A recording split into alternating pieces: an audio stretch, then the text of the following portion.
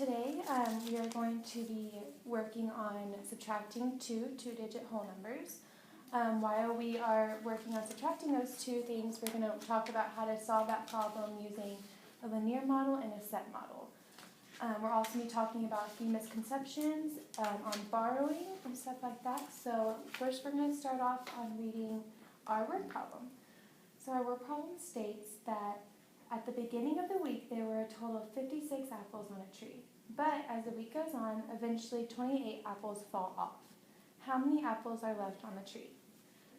So looking at our word problem, we need to find our two numbers. We have 56, and we'll box those, 56 and 28. Now we need to look at our numbers and compare. We need to figure out which number is bigger so that we know what number goes on top of our subtraction problem. So we can see that 56 is bigger than 28. So since 56 is bigger, we're going to start off by putting 56 on top minus 28. Okay, so looking at our first number, we're going to start off by using base 10 blocks, which is a set model. Looking at our first number, we have 56, so the 5 is in the tens column and the 6 is in the ones column. So we're going to go over here and get our rods, and we have 5, so we're going to have 1, 2, 3, 4, 5 rods, because we have a 5 in the tens column, and then we have 6 ones. 1, 2, 3, 4, 5, 6. So this right here is our set model, and this represents 56. We have 5 tens and 5 ones. Now our second number is 28. So we're going to have 2 tens, 1, 2, and 8 ones. 1, 2, 3, 4, 5, 6, 7, 8. Okay, so now that we have our set model ready, now we're going to look at our subtraction problem. First, we're always going to start off in the ones column, which is 6 minus 8. Now we can't take 8 away from 6 because that's not enough. So what we're going to do is we're going to have to come over here to our tens column. And this is where a misconception happens. Usually students look at this as borrowing, but the term borrowing usually means that we give back, right? Well, we're not going to give this 10 back because we need it for our ones place. So we're going to come over here and we're going to take 1 away from the tens place. So that leaves us with 4 rods left.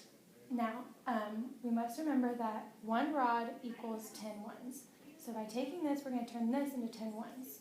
So 1, 2, 3, 4, 5, 6, 7, 8, 9, 10. Okay, so now we have our 10 ones that we got from our rod. So now we have, let's count all together how many we have ones now. 1, 2, 3, 4, 5, 6, 7, 8, 9, 10, 11, 12, 13, 14, 15, 16. So we now have 16 ones. So now looking at our ones column, we now have 16 minus 8. Well, we can do that because 16 is bigger. So let's take 8 away from 16. 1, 2, 3, 4, 5, 6, 7, 8. Okay, so we have 1, 2, 3, 4, 5, 6, 7, 8 left. So 16 minus 8 equals 8. Okay, we've got our ones column taken care of. Now let's go over to our tens column. So we have 4 rods take away 2, which is 2. So 56 minus 28 equals 28. So we just figured out our subtraction problem using the set model of our base 10 blocks. Now let's go over to our number line. This is called a linear model, and we're going to look at our number line right here, and we can see that our number line is going by 2's. Since our number line is going by 2's, that means when we are counting on our number line, we are going to have to skip count. Skip counting is important because it's a more efficient way maybe to find your answer to your subtraction problem. So we're going to write our subtraction problem again. It's 56 minus 28. So looking at our number line, we need to find 56, because that's our bigger number. which is right here. So we're going to put a dot right on the 56 line. Starting at 56, we have to now go to the left.